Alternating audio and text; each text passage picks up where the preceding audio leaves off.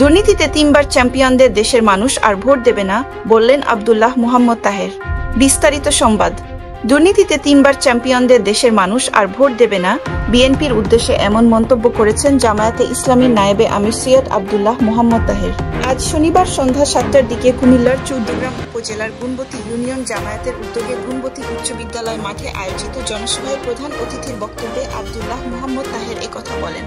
দেশের মানুষ জামায়াতকে ক্ষমতায় দেখতে চায় উল্লেখ করে আব্দুল্লাহ মুহাম্মদ তাহের বলেন, বিশ্ববিদ্যালয়গুলো হলো মেধাবীদের জায়গা, মেধাবীরা কখনো ভুল সিদ্ধান্ত নিতে পারেন না। ডাকসু, জাকসু, রাকসু, চাকসু সহ সব ছাত্র সংসদ নির্বাচনের ফলাফল দেখলেই বোঝা যায় দেশের মানুষের চিন্তার পরিবর্তন হয়েছে, দেশের মানুষের সিদ্ধান্তের পরিবর্তন হয়েছে, রুচির পরিবর্তন হয়েছে।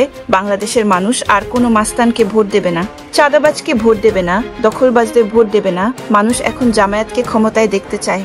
বাংলার মানুষ আর স্বৈরাচার ও ফ্যাসিবাদে ফিরে যাওয়ার সুযোগ দেবে না উল্লেখ করে জামায়াতের এই নেতা বলেন, জুলাই সনদ স্বাক্ষরের সময় আমার পাশের চেয়ারটিতে ছিলেন বিএনপির মহাসচিব।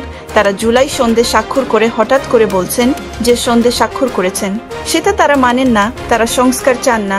সংস্কার না চাওয়ার মানে হচ্ছে আবার অন্যায়ভাবে ভোট ডাকাতি করে এবং ভোটবিহীন নির্বাচন করে স্বৈরাচার ও ফ্যাসিবাদের একটা পথ এবং জানালা খোলা রাখা।